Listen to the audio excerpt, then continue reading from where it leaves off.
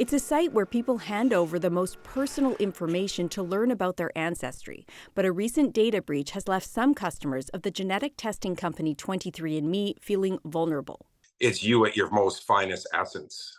You provide a saliva sample into a tube and submit that. This BC man is the plaintiff in a proposed class action lawsuit alleging 23andMe didn't do enough to protect customers' data.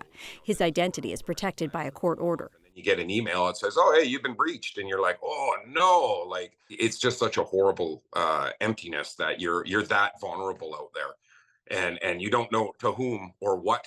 23andMe says it was hacked in early October, now confirming more than 6 million accounts were affected. We are in the process of notifying affected customers and have taken steps to further protect customer data, a company spokesperson said.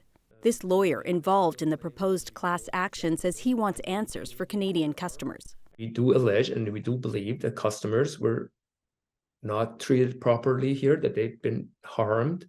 23andMe says some of the profiles hacked include information like birth year, location, and the percentage of DNA shared with certain relatives on the site. It did not specify whether DNA records were breached.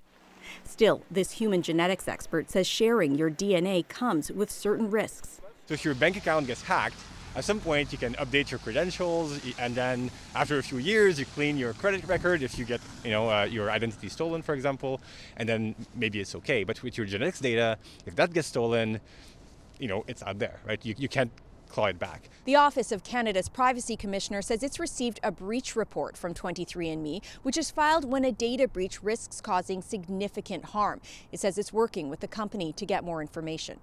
Alison Northcott, CBC News, Montreal.